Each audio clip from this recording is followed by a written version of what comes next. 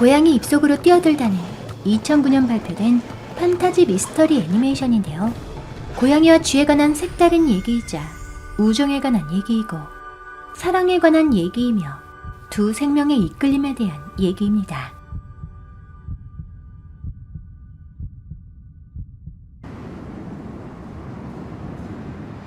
톰과 제리의 팬이었던 최진성 감독님은 톰과 제리의 원작자인 한나 바바라와 조셉 바바라 듀오 중 조셉 바바라가 타계했다는 소식을 전해 듣고 또 다른 고양이와 쥐에 관한 얘기를 만들어야겠다고 결심하셨습니다. 소재에 대해 고민하던 중 샌프란시스코 길거리에서 한 노인이 개 등 위에 고양이 등 위에 쥐를 올려놓고 지나가는 모습을 보고 영감을 얻으셨다는데요.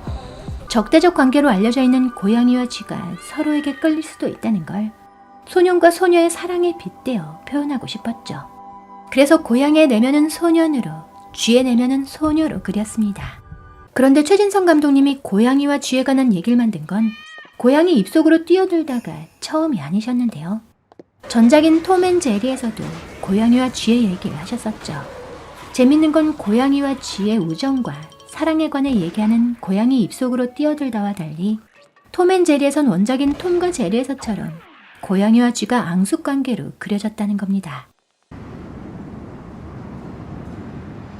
고양이 입속으로 뛰어들다는 4개의 챕터로 구성되어 있습니다. 첫 번째 챕터인 소년에서는 괴인의 방에 갇힌 채 벌레 먹고 괴물이 돼가는 소년을 보여주는데요. 두 번째 챕터인 소년과 소녀가 만나다에서는 소년에게 찾아온 소녀와의 밀당이 시작되죠. 세 번째 챕터인 사건의 기원에서는 소년이 어떻게 조련사의 철장에 갇히게 됐는지 알게 됩니다. 그리고 네 번째 챕터 입을 통해 마음속으로 들어가다에서는 쥐가 괴물로 변해가는 고양이를 구하기 위해 고양이의 입을 통해 그의 마음속으로 뛰어드는 모습을 그리고 있는데요. 사실 이 4개의 챕터는 역순행적 구성을 하고 있습니다. 각각의 챕터를 시간 순서대로 나열하자면 세 번째 챕터인 사건의 기원이 가장 먼저이고 네 번째 챕터인 입을 통해 마음속으로 들어가다가 나오겠죠. 그리고 첫 번째 챕터인 소년이 그 다음 순서일 텐데요. 그 뒤로 두 번째 챕터인 소년과 소녀가 만나다가 이어지고 마지막 엔딩 장면이 나오게 될 겁니다. 그런데 사실 이 작품은 메비우스의 띠처럼 얘기가 어디에서 시작돼도 이상하지 않은 독특한 방식을 가지고 있는데요. 이러한 역순행적 구성은 최고의 스릴러 영화라고 일컬어지는 메멘토를 떠오르게 하죠. 관객은 무슨 일이 일어나고 있는지 잘 모른 채 그저 주인공을 따라 함께 얘기 속으로 빠져들어갑니다. 그러다가 영화의 뒷부분에 가서야 무언가를 눈치채곤 무릎을 탁 치게 되는데요. 혹시 관객이 헷갈릴까봐 고양이 안의 세계와 고양이 밖의 세계로 부연 설명까지 달아주셨죠. 괴인은 소년에게 벌레를 먹으라고 강요합니다. 그리고 괴물로 변해가는 소년을 보며 즐거워하는데요. 소년을 괴롭히고 아프게 만들지만 또 한편으론 소년이 좋아하는 생선과 우유를 챙겨주죠. 소년이 다치지 않도록 보호하고 또한 화를 내기도 합니다. 괴인은 소년을 사랑하는 것 같지만 또한 사랑하지 않는 것 같기도 한데요.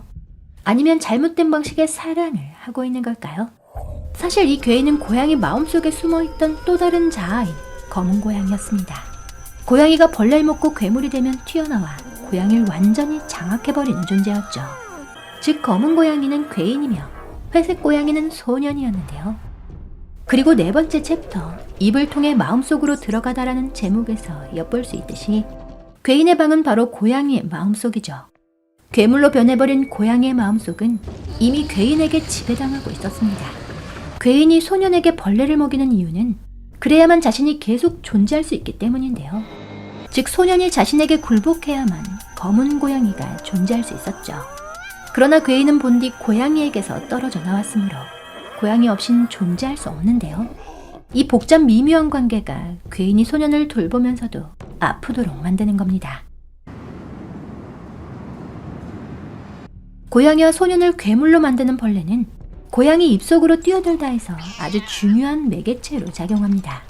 이 벌레와 벌레를 토해내는 존재인 괴물에 대해 생각해봐야 할 것 같은데요. 저게 널 해치는 거야. 쥐의 말을 빌자면 괴물은 고양이를 해치는 존재였죠. 그리고 벌레는 그가 토해내는 부산물로서 고양이를 오염시킵니다. 어쩌면 괴물은 가장 상처받은 존재의 원형으로서 고양이 마음속에 악한 기운을 심는 존재인 거죠.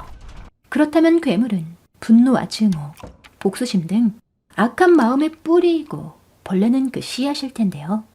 또는 벌레를 마약 같은 것으로 생각해 볼 수도 있을 것 같습니다.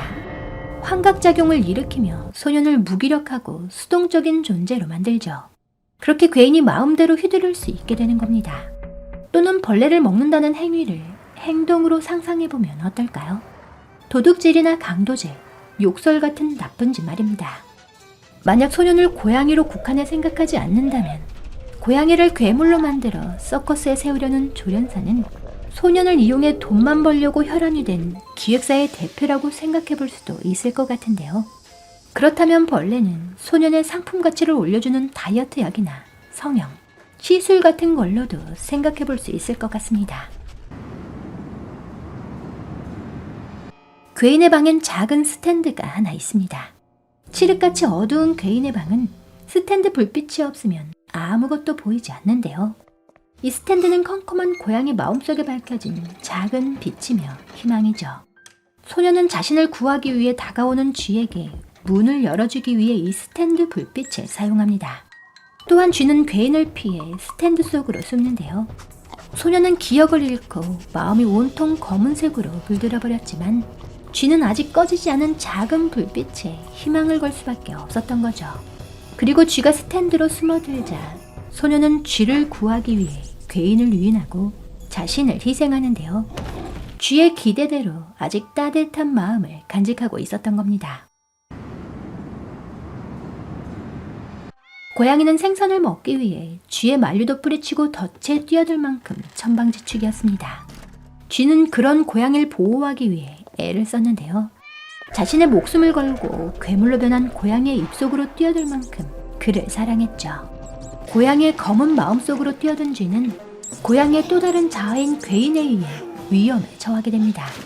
자신의 악함, 폭력성, 증오, 분노, 슬픔 등에 짓눌리고 있던 고양이는 자신의 병든 마음속으로 뛰어든 쥐가 위험에 처하자 마침내 껍질을 깨고 한 단계 성장하게 되는데요.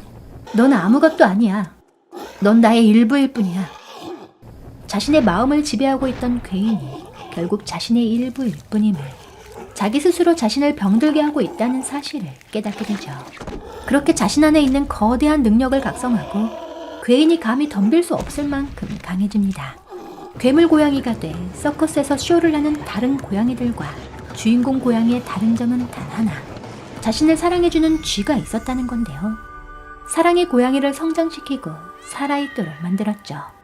고양이와 쥐도 소년과 소녀처럼, 우리들처럼 서로를 좋아하고 사랑하고 심장이 콩닥거리며 뛰는 존재였습니다.